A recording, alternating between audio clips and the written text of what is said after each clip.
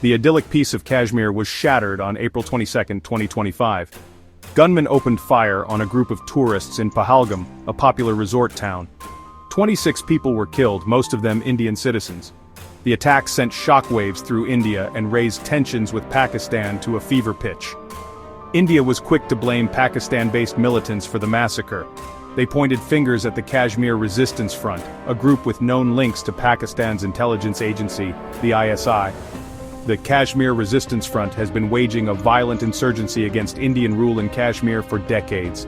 India alleges that Pakistan provides material support and safe haven to these groups, using them as proxies to destabilize Kashmir. Pakistan denies any involvement in the Pahalgam attack. They claim that the attack is part of an internal struggle within Kashmir, fueled by India's own oppressive policies in the region. The attack on innocent civilians, however, has inflamed public opinion in India. It has put immense pressure on the Indian government to respond decisively. The massacre has become a flashpoint, pushing the two nuclear-armed neighbors closer to the brink of conflict. This latest act of violence is a grim reminder of the volatile and unpredictable nature of the Kashmir conflict. It underscores the deep-seated mistrust and animosity that continues to plague India-Pakistan relations. The international community watches with bated breath, hoping for a de-escalation but fearing the worst. The roots of the Kashmir conflict run deep, stretching back to the bloody partition of British India in 1947. As the British Empire crumbled, the Indian subcontinent was divided into two independent states, Hindu-majority India and Muslim-majority Pakistan. Kashmir, however, presented a unique dilemma.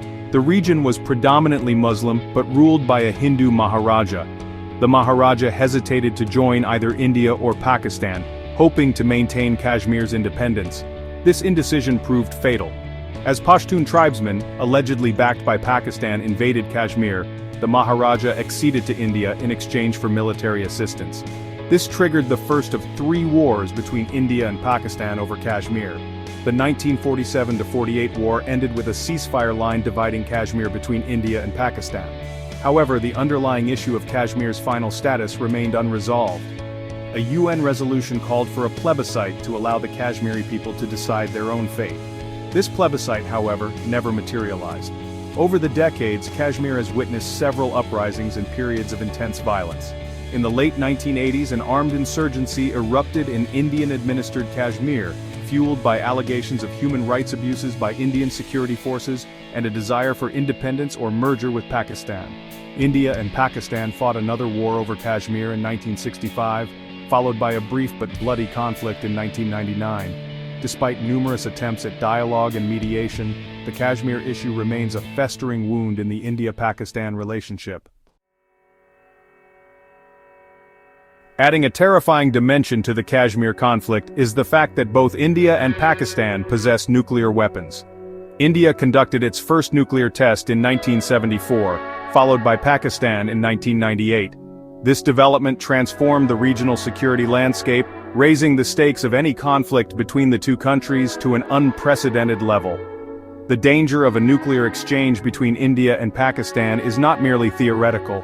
In 2001, following a terrorist attack on the Indian parliament, which India blamed on Pakistan-based militants, the two countries engaged in a tense military standoff. Troops were mobilized along the border, and both sides threatened to use nuclear weapons. The crisis was eventually diffused, but it served as a stark reminder of the ever-present danger of nuclear escalation in South Asia.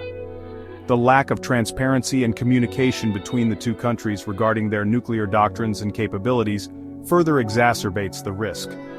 Unlike the Cold War rivalry between the United States and the Soviet Union, where elaborate safeguards and communication channels were established to prevent accidental nuclear war, the India-Pakistan nuclear relationship is characterized by a lack of such mechanisms. This dangerous reality has profound implications not only for South Asia, but for global peace and security as well. A nuclear conflict between India and Pakistan would have catastrophic consequences, resulting in millions of casualties, widespread environmental devastation, and a global economic meltdown. The international community cannot afford to ignore the nuclear dimension of the Kashmir conflict, and must work towards creating a more stable and secure environment in South Asia. Section 4. India retaliates, a show of force. The Pahalgam massacre triggered outrage and demands for retribution in India. Prime Minister Modi, facing intense domestic pressure, vowed to avenge the killings and teach Pakistan a lesson. India unleashed a multi-pronged response, combining military posturing with diplomatic offensives and economic sanctions. The Indian Army launched search and destroy operations against suspected militant hideouts in Kashmir, deploying surveillance drones and increasing troop numbers along the line of control. In a symbolic move, the Indian Air Force conducted large-scale air and naval drills, showcasing its Rafale fighter jets, a potent symbol of India's military might. On the diplomatic front, India sought to isolate Pakistan internationally. They briefed envoys from 25 countries, including China, presenting evidence of Pakistan's alleged involvement in the Pahalgam attack. India also revoked visas for Pakistani nationals, effectively cutting off people-to-people contact. India further escalated the situation by closing the Wagah border crossing, the only functional land crossing between the two countries, and suspending all trade with Pakistan. In a move that sent shockwaves through Pakistan, India threatened to cut off the flow of water from the Indus River, a lifeline for Pakistan's agriculture and economy. This threat, if carried out, would violate the 1960 Indus Waters Treaty, a rare example of successful water sharing between the two countries. India's response to the Pahalgam massacre reflects a new assertiveness in their foreign policy. They seem determined to break from the past and adopt a more muscular approach towards Pakistan, even at the risk of further escalation. Section 5. Pakistan pushes back, denial and defiance. Pakistan found itself on the defensive in the aftermath of the Pahalgam massacre. They vehemently denied any involvement in the attack, condemning it as a heinous act of terrorism. Pakistan accused India of using the incident as a pretext to malign Pakistan and divert attention from its own internal problems in Kashmir. Faced with mounting international pressure and India's aggressive posture, Pakistan responded with a mix of defiance and diplomatic maneuvering. They rejected India's allegations of cross-border terrorism as baseless and warned against any unilateral action on the Indus Waters Treaty, calling it an act of war. Pakistan also retaliated in kind to India's diplomatic and economic measures. They cancelled visas for Indian nationals, closed their airspace to Indian airlines, and suspended all trade with India, further deepening the rift between the two countries. Prime Minister Sharif convened a meeting of the National Security Committee, which includes top military and civilian leadership, to discuss the crisis.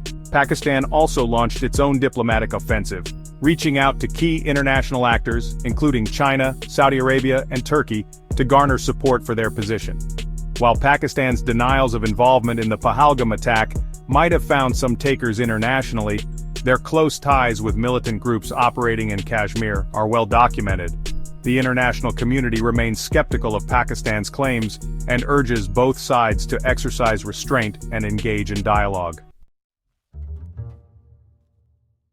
Section 6. Brinkmanship on the edge of war. The situation on the ground in Kashmir remains highly volatile. Following the Pahalgam massacre and the subsequent exchange of accusations and retaliatory measures, tensions between India and Pakistan have reached a fever pitch.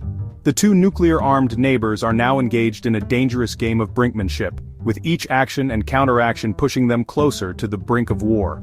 The line of control, a de facto border that divides Kashmir between India and Pakistan, has become a flashpoint. Indian and Pakistani soldiers have exchanged fire across the LOC on multiple occasions, raising fears of an all-out military confrontation. While no casualties have been reported so far, the situation could spiral out of control with a single miscalculation or a provocation on either side. The lack of effective communication channels between the two militaries further aggravates the risk of an accidental escalation. The absence of confidence-building measures and the deep-seated mistrust between India and Pakistan make it difficult to de-escalate tensions and prevent the situation from spiraling into a full-blown conflict. Adding to the complexity is the presence of non-state actors operating in the region. Militant groups with alleged links to Pakistan continue to pose